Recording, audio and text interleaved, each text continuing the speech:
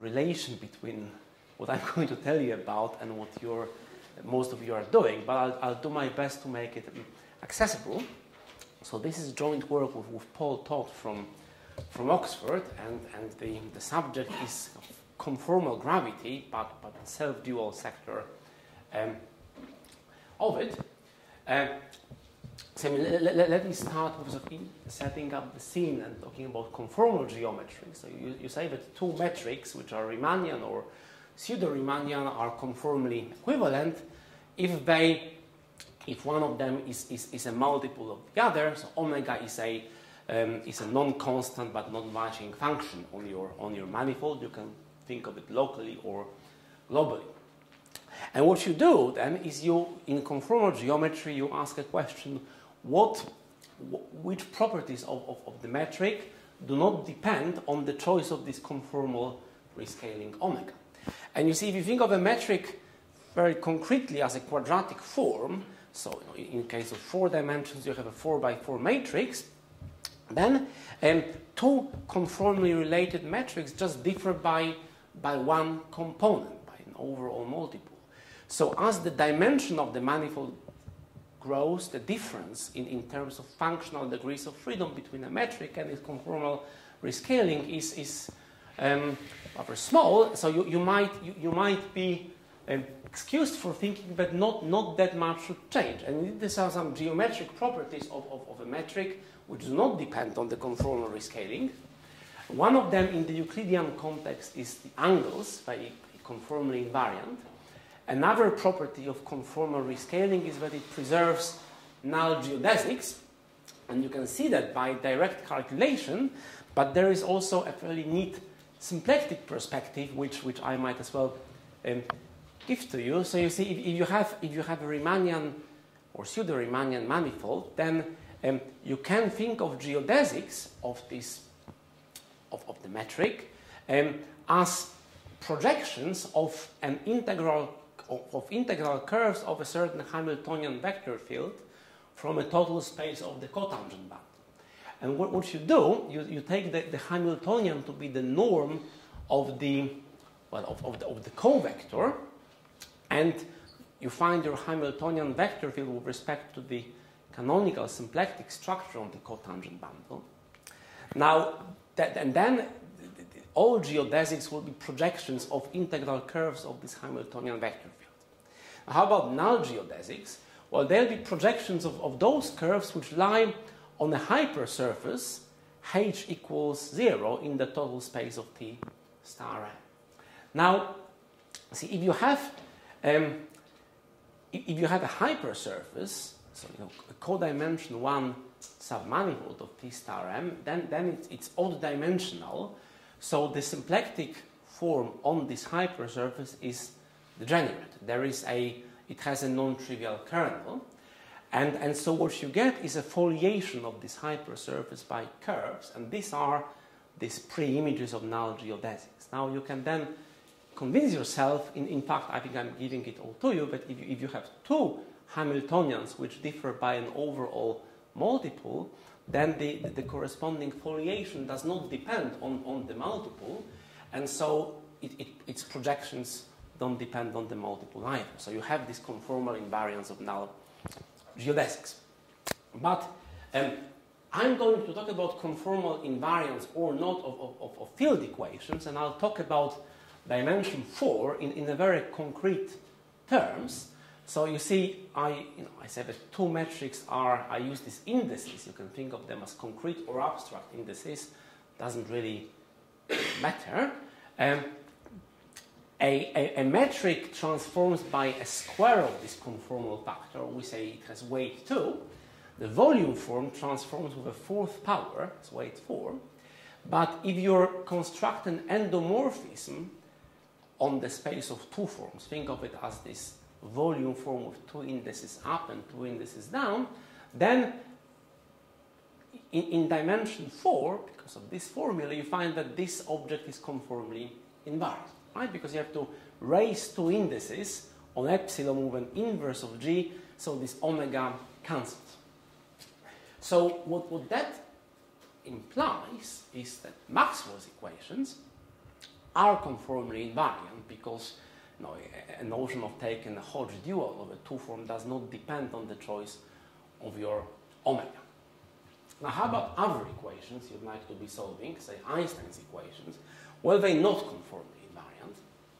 So if Einstein's equations hold for some metric, then they'll most likely not hold for a conformally rescaled metric if your conformal factor is not constant.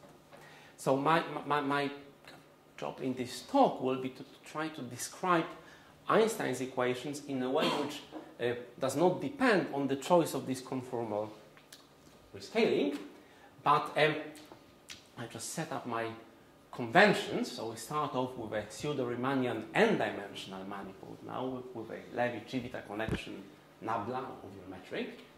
Now the Riemann tensor of this Levi-Civita connection decomposes in the representation theoretic way into the Val tensor, the Ricci tensor, and the scalar curvature.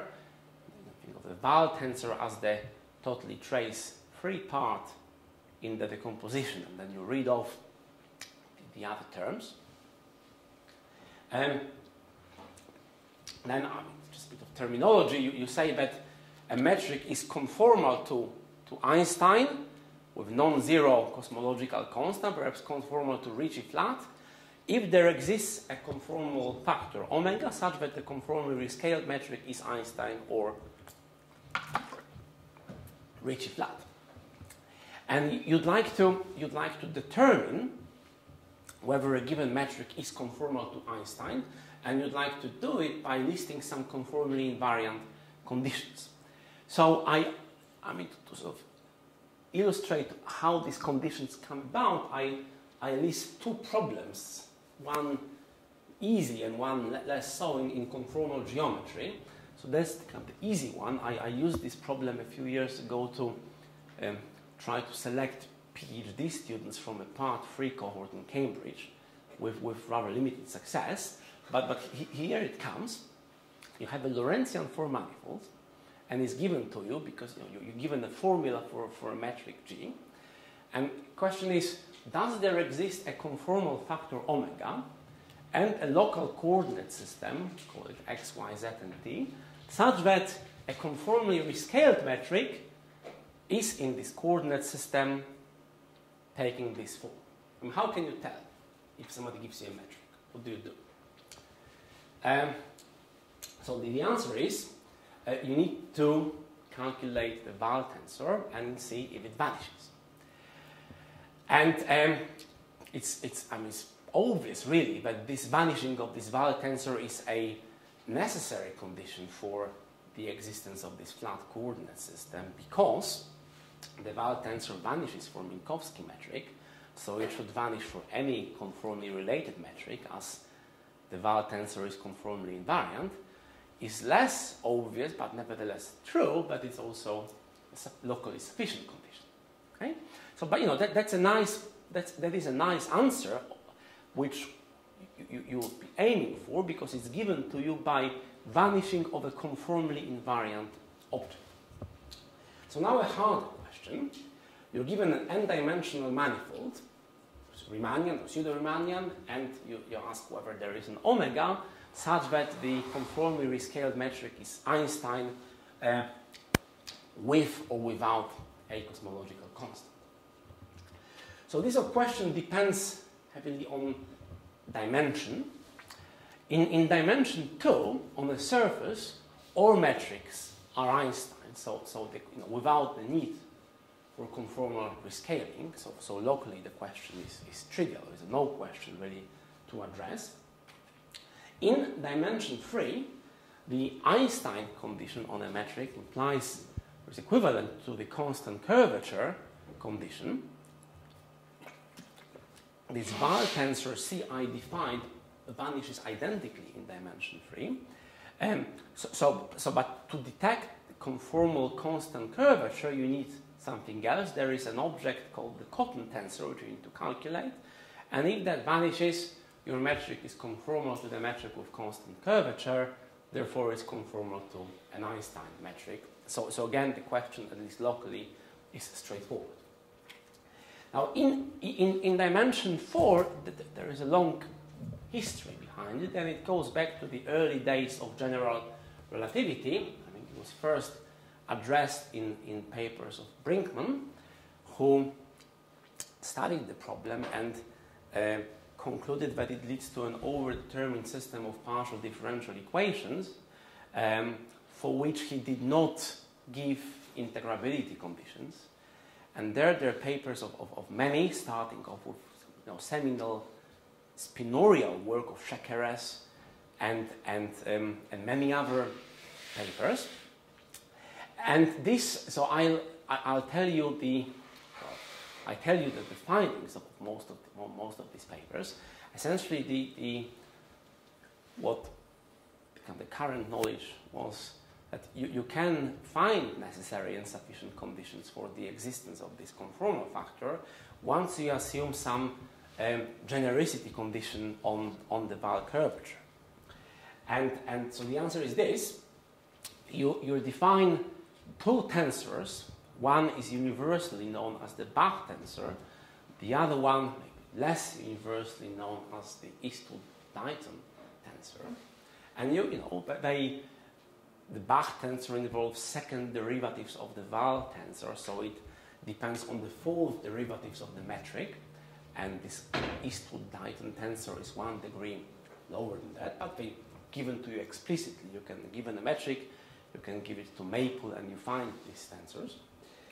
And you can prove, and I think that really in this form goes back to Kozam and Newman and Todd, you can prove that necessary conditions for a metric to be conformal to an Einstein metric, possibly with non-zero cosmological constant, is vanishing of these two tensors.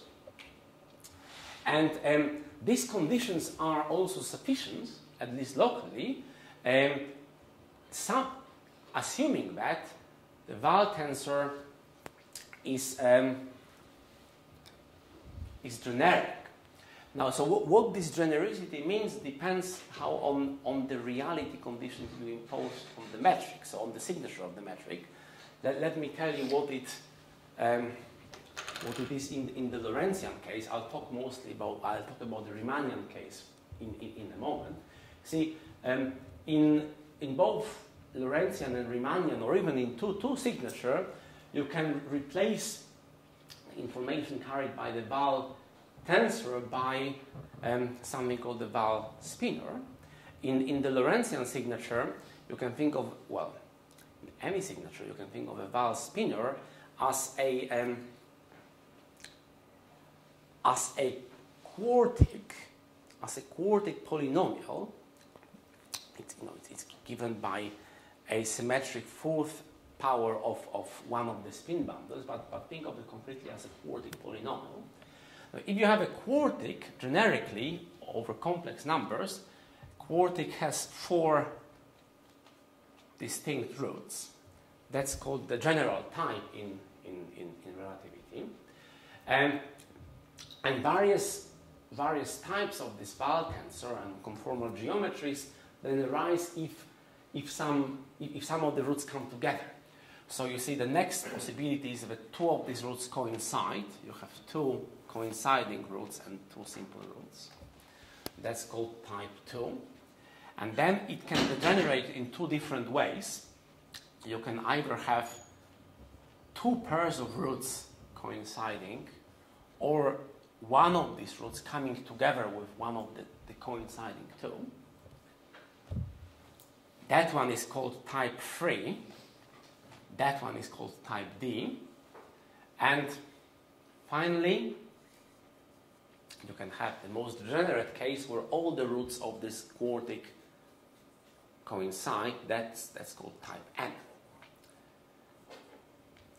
N. So you see, the genericity assumption made here to prove the sufficiency claim is that the Wahl spinor is not of type N and not of type 3. So these degenerate types are notoriously difficult. Essentially, that on the technical side, what happens is you have to start dividing by norms of the Wahl spinor, and these norms can be 0 in type N. So in the Lorentzian signature, you exclude some algebraic types. Not all of these algebraic types are compatible with the Riemannian signature, but more about it in a moment.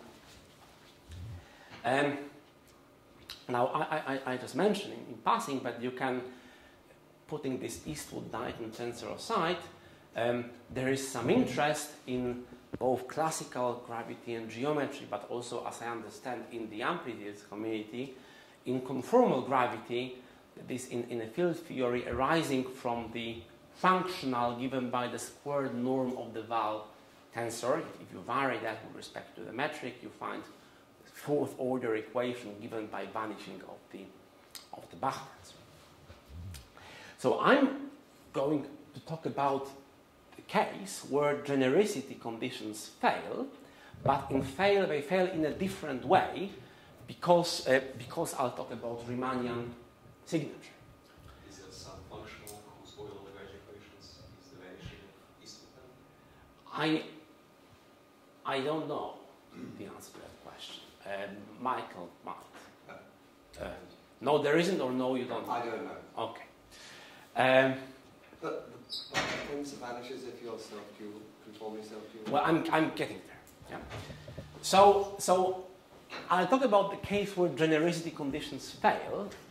And so from now on, I'll look at these conformal structures which are anti-self-dual. So I assume there is an orientation. So you've picked this object epsilon, and you say that your four manifold is conformally anti-self-dual or just anti-self-dual. If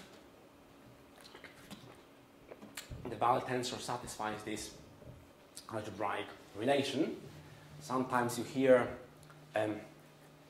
about self-dual conformal structures. The difference between the two is just the choice of your orientation. So if you replace epsilon by minus the epsilon, a self-dual structure becomes an anti-self-dual structure, and vice versa.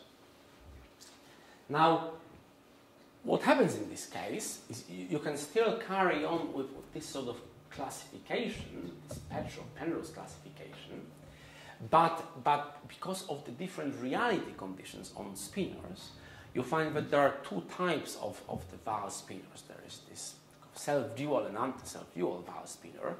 In the Lorentzian signature, they related by a complex conjugation. If one vanishes, so does the other one. In the Riemannian case, or in the 2-2 signature, they distinct, they're not related by complex conjugation. In the Riemannian signature, the complex conjugation maps spinors to spinors of the same type. I'll tell you a bit more about it later. So when you want to carry on this classification, you have to do it separately for both self-dual and anti-self-dual part of the Val spinor. However, coming back to my main theme, you find that in this conformally anti-self-dual case, the Bach tensor and this Eastwood-Dayton tensor vanish identically, and you can see, an explicit calculation. But nevertheless, not every conformally anti-self-dual metric contains a Ricci flat or an Einstein metric. So how can you make that statement precise? Well, you can. It's neat to do it in the really analytic category, when you can make precise statements of the form that some structure depends on that many functions of that many variables. That is, that's part of what's called Cartan-Kähler formalism. But no, really, you're referring to Korsakow-Levskaya theorem. So in that context, you can show that a Ricci, and that goes back to Cartan, in fact, you can show that a Ricci flat, an anti-self-dual metric, depends of two arbitrary functions of three variables. You can also show that the anti-self-dual, just an anti-self-dual metric, if you take away the conformal factor, a conformal factor is a function of four variables, let's say we fix that. Once you do that, you find that it depends on six functions of three variables.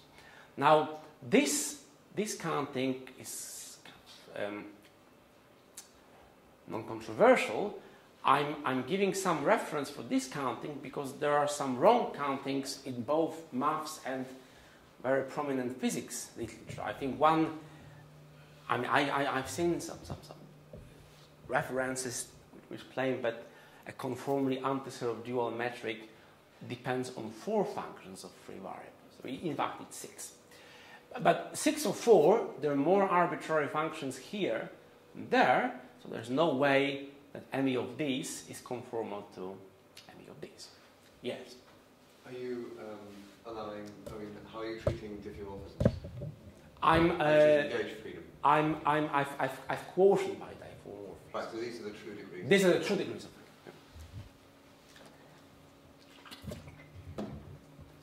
So really, for those of you who are interested in these things, if you think of this twistorially, you'll see that this Cartan-Kähler way of counting degrees of freedom is always twice of the twistor way of counting degrees of freedom. How you count degrees of freedom twistorially, you think of a twistor space as a complex manifold given by some patching relations, and you say that the freedom there is the freedom in the patching.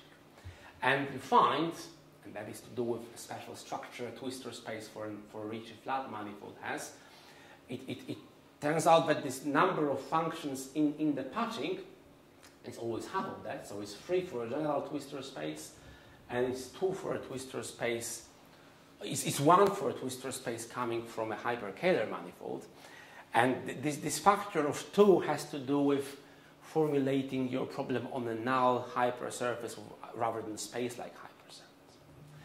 But I propose to carry on in a non-twistorial way from here.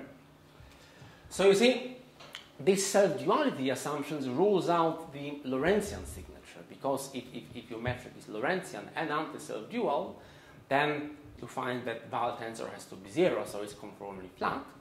Well, but that leaves 2 possibilities. It's a Riemannian signature, interesting in geometry, and the 2-2 signature, which is interesting in other contexts, also geometric contexts, for example, in integrable systems, but as I understand, also in amplitudes, when you do your calculations, you often, if you want to impose reality conditions, it is these 2-2 conditions which come up. Yes. In the lambda non-zero case, it's also 2 or 3. Yeah. Yeah. Okay, so here comes my question. Given the 4 manifold, and it has an anti-self-dual Val tensor, so these 2 tensors vanish identically, how can you tell how to determine whether your metric is conformal to a Ricci flat metric? I'll tell you how to answer this question. I do not know the answer or even a starting point of the Einstein case with non-zero cosmological constant. It'd be interesting to do, and you see why Ricci flat is kind of singled out. Easy. Now, it'll be a bit more technical for a slide or two. I need to introduce my kind of formalism, and that'll be the twistor equation. So you see, again, very specific to dimension 4, we look at the complexified tangent bundle to our 4 manifolds as a product, a tensor product of 2 rank 2 complex vector bundles, and each of these vector bundles has a symplectic form on the fibers, the spin bundles. At this stage, it really pays off to introduce spinor indices, which you either love or you hate, and my convention for them, I use capital letters and primes. I understand that now the flavor of the month is to use Greek letters and dots. Anyway, any vector index is a couple of spinor indices, and the metric is then given by a tensor product of these 2 symplectic forms. Then you can, there are 2 interesting differential operators you can introduce on spinors. There is the Dirac operator, but also the twistor operator. And it's, you can of course write it down without any indices, but it's really, you can put your hands on all formulae if you do it like that. So it's a first order differential operator obtained by differentiating a spinor covariantly with respect to the spin connection and symmetrizing over the prime indices. And this, you find that this twistor operator is conformally invariant, provided that this spinor, or really it's a dual spinor, it's a section of S prime star, I should say, has conformal weight 1. So if you take this expression and you replace epsilon and epsilon prime by the multiples by omega, and so the metric has to go like omega squared, and you see how the Levi-Civita connection changes after this transformation. Then you find that if a spinor pi is in the kernel of this twistor operator, then so is its conformal rescaling. Now, so the first proposition I throw at you is this. Take an antiself dual metric, and it's conformal to a Ricci flat metric if and only if the dimension of the kernel of this twistor operator is equal to 2. Well, where does that come from? See, one way it's sort of obvious. An antiself dual and Ricci flat metric is the same in Riemannian signature as saying that it's hyperkähler. And for hyperkähler 4 manifolds with this choice of orientation I'm referring to, the spin connection is flat on one of the spin bundles, let's say on S prime. So there exists a covariantly constant basis of sections of S prime. But if you have a covariantly constant spinor, then surely it's in the kernel of the twistor operator.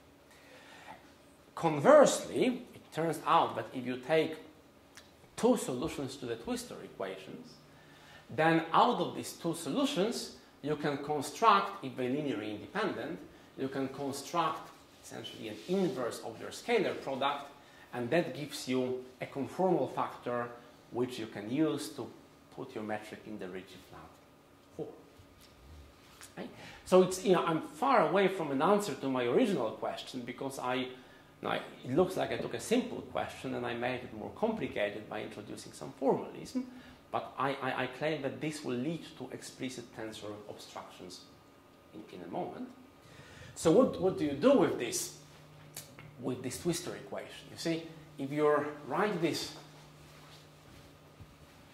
equation like that, that's better.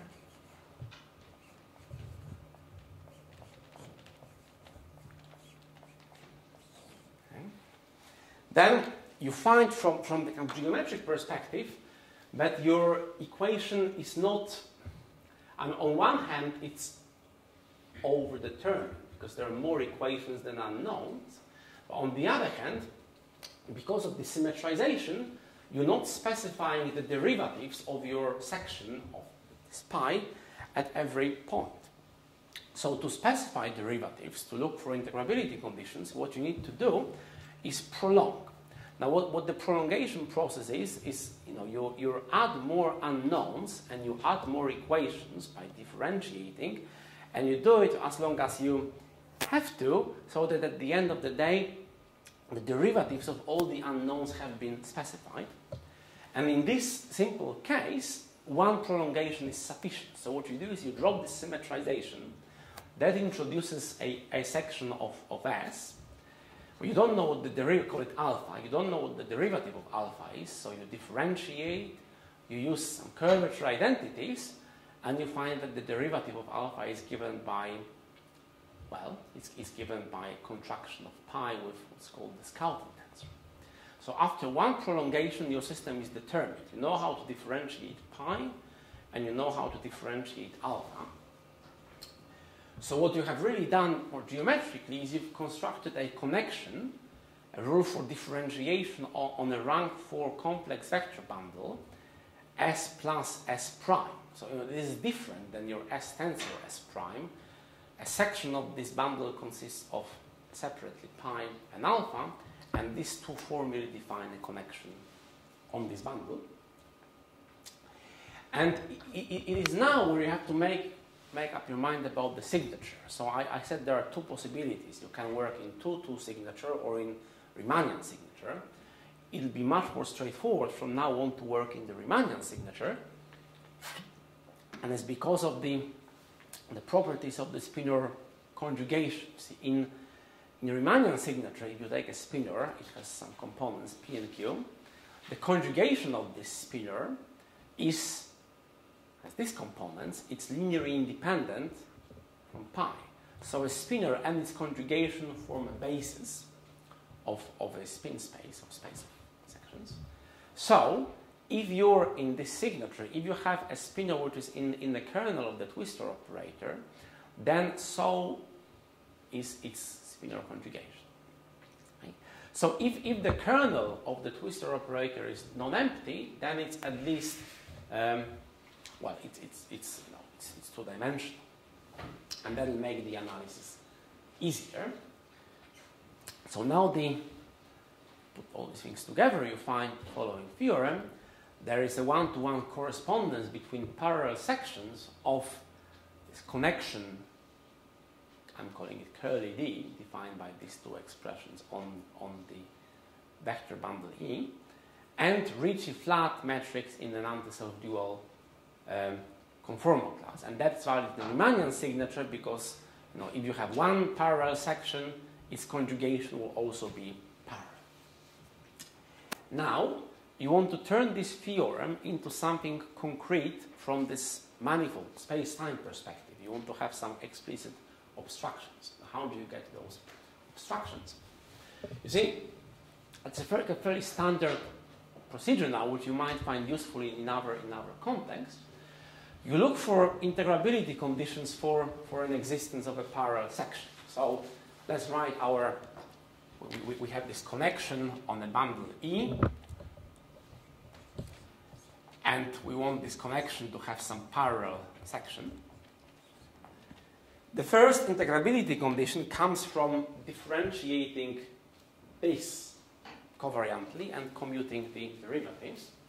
And if you do it, you find that the parallel section has to be in the kernel, and that's an algebraic statement, has to be in the kernel of the curvature operator. So R is the curvature of this connection.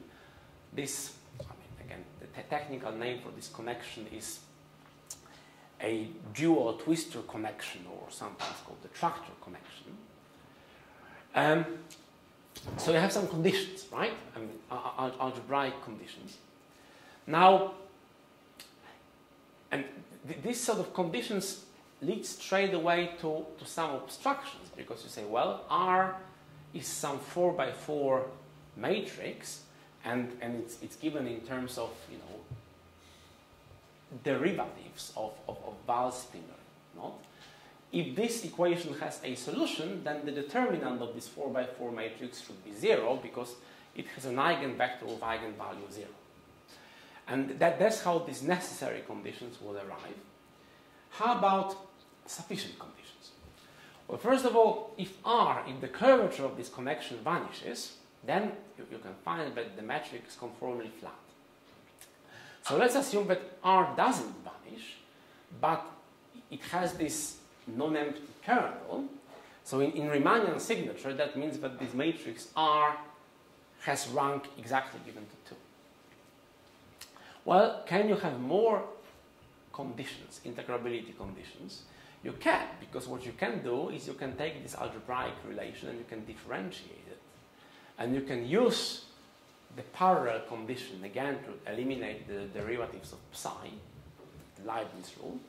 And you find that psi has to be annihilated by the covariant derivative of the curvature, and the second covariant derivative of the curvature, and so forth. But then you have to know where to stop this differentiation process. So let me tell you how that goes. The necessary conditions for a non-conformally flat metric to be conformal to Ricci flat is that the rank of this matrix R is equal to 2. The sufficient conditions is that the rank of the matrix, which consists of columns of R and its covariant derivative, has also be equal to 2. Now that takes a moment of thinking why that is. You see, if you took these relations, and there are two independent conditions here, that's the rank 2 conditions. If you differentiated these relations, and there are still 2 independent conditions, that means that your differentiation didn't add any new conditions. But if one differentiation didn't add any new conditions, so you still, all you have is this, then subsequent differentiations won't add any new condition either, so you might as well stop and refer to Frobenius view. So now the necessary condition will be some scalar condition, a rank of a determinant of the matrix will have to be 0. The sufficient conditions, well, it looks like we'll have to look at all minors, many minors of this big matrix, and equate them to 0. So let me tell you what the answer is, but now I do it in a fairly hands-on tensorial way. So this is the kind of answer you give to a computer when you calculate your abstractions. You find that the necessary condition is given by vanishing of this scalar. It's a conformally invariant scalar. And what you need to calculate this scalar is the covariant derivatives of the Val tensor. And this one from V, which is also given in terms of the Val tensor.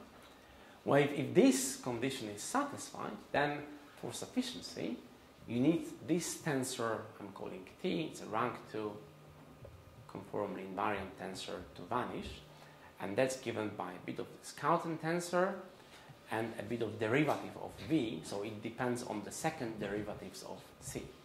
So it is this tensor TAB which replaces the Bach tensor. And the theorem is that if these 2 tensors vanish, then locally these conditions are necessary and sufficient for a metric to admit for a metric to be conformally equivalent to a Ricci flat metric. So what I'm proposing to do now is to illustrate this theorem with 2 examples.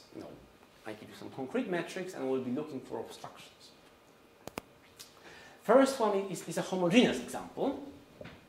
I mean, this is to illustrate that you can do these calculations or calculate these tensors in a coordinate independent way.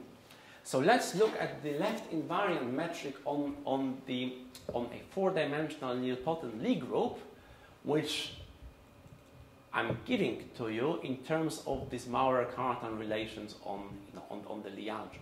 Right? So these relations, they define the Lie algebra, and then the following metric is left invariant.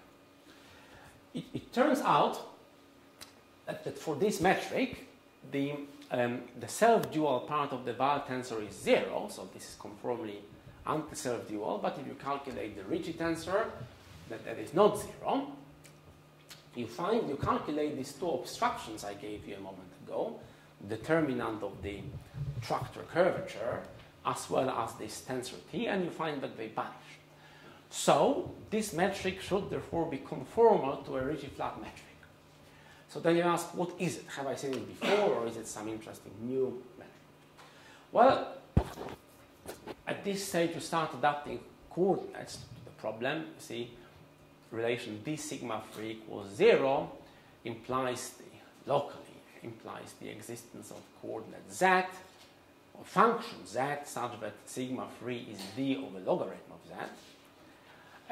That's the only coordinate you need to introduce to find the conformal factor which makes the metric G Ricci flat. You find that z cubed times G is anti-self-dual and Ricci flat. So you say, aha, what is z cubed times G? Well, you work a bit harder and you use Frobenius theorem to construct a coordinate system now adapted to these Maurer-Cartan relations. And you can do it, so solve these relations one by one. So you introduce coordinates x, y, z, and tau, such that the one forms are given by these expressions. You can then check if you want to that these relations will hold. And you discover that your metric is not new at all. You've seen it before, or you might have done. It's in this Gibbons-Hawking form. So it's given to you by a harmonic function on R3 together with a one form alpha, such that the harmonic function and the one form satisfy a monopole equation. But in this case, the harmonic function is very simple. It's a linear function. Okay? So this metric is definitely, well, the metric is singular. It's singular on the surface z equals 0, until, because of that, until about a year ago, the pure Riemannian geometers would reject such a metric as not very interesting, but it has changed. It's changed with a recent interesting work of Nigel Hitchen and Oliver Picard, who identified this sort of singularity as what they called folding. So this is an example of a self-dual folded structure. Okay? But this sort of metrics with a linear potential also arise in elsewhere in theoretical physics. So in some work of Gary Gibbons and Rychenkova, they end up describing domain walls. They also give rise to backgrounds on which you can solve non-abelian Seiberg-Witten equations, and they also give you approximations of sort of unknown but known to exist regular metric on the complement of a cubic in CP2. So that's one example when you took some metric and you find that it's conformal to Ricci flat, but when you do all the work you find that the Ricci flat metric in question is a well-known metric, but nevertheless, you wouldn't have known, perhaps, otherwise, whether this admits a conformal factor of a Ricci flat type or not.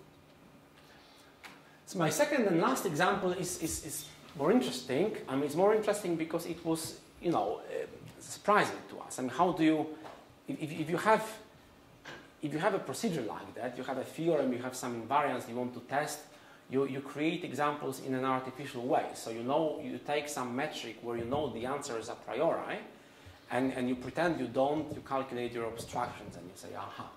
So that's what we've done here, but it turned out that we didn't really know the answer, and the theorem told us something new. So what is the example? Well, let's take a two-parameter family of Riemannian metrics. So these metrics depend on two constants, A and B. The sigmas are one forms on the total space of SU2. So this family of metrics was written down by Claude Lebrun as one of the counterexamples of what's called a generalized positive action conjecture. I mean, this one way to see how these metrics arise is to take Lebrun's hyperbolic ansatz, which corresponds to a configuration of points on the hyperbolic space and some fundamental solutions to the Laplace equations, and looking at the limit where all these points coalesce to one point. In the limit, the manifold becomes an orbifold, but the metric has this explicit form. So now I say, well, this metric by construction and by verification is anti-self-dual. It's also scalar flat and scalar. Okay? So, in fact, any metric which is scalar flat for which the scalar curvature vanishes and which is scalar is automatically anti-self-dual. So you say, is this metric conformal to a Ricci flat metric? Well, you calculate your obstructions. You find that this necessary condition is automatically satisfied for all values of A and B. But the sufficient condition is not always satisfied. It is given by these expressions. So this tensor T will vanish if the constant A is 0. And we knew that. We knew it will vanish if A is 0. But it also vanishes if 4B equals A squared. Now, A equals 0. If A equals 0, then this metric is Ricci flat without the need for conformal rescaling. So it is immediate that T should vanish. It is then what's called an Eguchi-Hansen gravitational instant. In this case, A squared equals 4B is new to us and maybe to other people too. So you see, it seems to be a case where you take a scalar flat Kähler metric with these values of the parameters, and you're going to rescale it conformally, and you obtain a hyper-Kähler metric. So this is, I mean, to me, I haven't seen an example like that before, where you have two conformally related Kähler metrics with different Kähler forms, one of which is Ricci flat. Where you say, what is this Ricci flat metric you get by rescaling? Well, you calculate the conformal factor first, and then do some diffeomorphism freedom. And you find that the metric you get by conformally rescaling this metric is an anti-self-dual Taub-Nat instanton. So it's also it's also in the Gibbons-Hawking form, but this time the potential is a sum of a fundamental solution to a Laplace equation on R3 and the constant. I mean, technically speaking, what you get here is a Taub-Nat metric with negative mass. That one asymptotically approximates a Tia-Hitchin metric on the moduli space of two moments. So you know, it's a very surprising example, because you have two metrics which are both anti-self-dual and Kähler. One of them is hyper-Kähler, and yet they conformally related. Are there more such examples? Well, we don't know. There is some clue. One of these metrics, you see, you can say what remains of the Kähler form of this metric after the conformal rescaling. It's not Kähler anymore, but surely some special two form. Well, it is what's called a conformal killing Yano tensor. So if you were to look for more such metrics, maybe none exist, perhaps exploring this structure gives you a clue. Okay, so I'm coming to an end. I wanted to, tell you a bit more about this formalism, this prolongation bundle formalism we used to solve the problem. In this talk, the theme was, given a conformal class, can you find a Ricci flat metric in this conformal class? And the approach we took illustrates a general kind of scheme of how you look at such problems in overdetermined systems. So you have some overdetermined equations which you prolong, and then you construct some connection on the prolongation bundle, it's the structure bundle, if you want to call it like that, and you find the obstructions to existence of sections by restricting the holonomy of this structure bundle. And that's applicable to other can you find type problems. So I list a few problems where different than this one, where this formalism leads to a solution. So it's a very similar question you can ask is, given a conformal class, can you find a Kähler metric in a conformal class? No? Is your metric conformal to a Kähler metric when you don't a priori know the complex structure? A local question. And you can then construct this prolongation bundle. It's a bit more complicated. It has rank 10, and you can look for obstructions. And that's something I did with Paul a while ago. Then, more on the physics side, people get excited by counting supersymmetries. So how many, all sorts of dimensions. You write, you have a supersymmetry theory, but it doesn't mean that your solution admits supersymmetry. So say, how many supersymmetries can you have? That again, you can reformulate in the context of counting sections of some structure bundle. And the work I'm familiar with refers to what happens in Euclidean Einstein-Maxwell gravitational instant. Okay, so you have Riemannian Einstein-Maxwell equations. These are solutions to m equals 2 Euclidean supergravity. Say how many supersymmetries are there? And you can count them, and you can classify examples with large supersymmetries by looking at sections of some connections. So these two examples refer to Riemannian geometries. You can also go beyond Riemannian geometries, and that's some work I did with Robert Bryant and Mike Eastwood, and more recently just with Mike. That's a problem in what's called projective differential geometry. You're given, you can say this, you're given a projective equivalence class of connections, of affine connections. What is a projective equivalence class of connections? You say that two connections are projectively equivalent if they share the same unparameterized geodesics. So let's say that you're given such a class, you're given a set of unparameterized geodesics. You can then ask whether this projective equivalence class admits a Levi-Civita connection. That is an old problem. On the surface, that's an old problem which goes back at least to Roger Liouville in 19th century, and in higher dimensions even harder. And again, you can solve it. On the surface, you can solve it completely by looking at some prolongation connection and examining its sections. And there might be other problems like that. The one which we don't know how to solve is conformal to Einstein with non-zero cosmological constant. We don't know what system to prolong in this case. But I propose to stop here.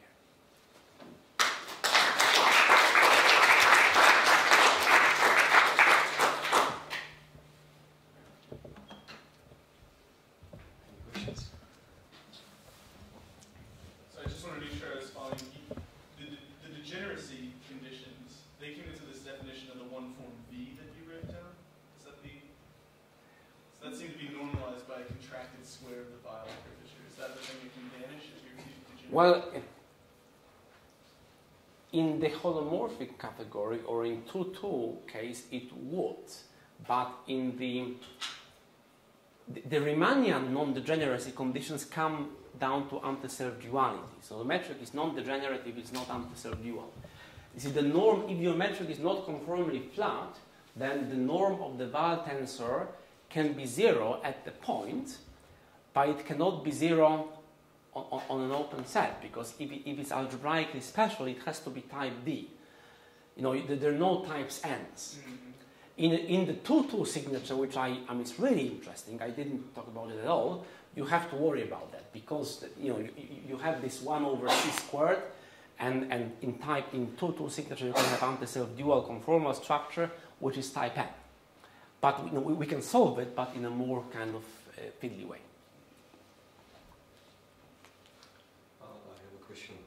Can there be two different Einstein metrics in the same conformal class? So that was asked by Brinkmann. I think that was his motivation for looking at these things, and the answer is yes. And one trivial answer is you can take an Einstein metric which is Ricci flat and is Minkowski space, and you can conformally rescale it and get an Einstein metric with constant curvature. But Brinkmann shows that you can do these sort of things with plane waves.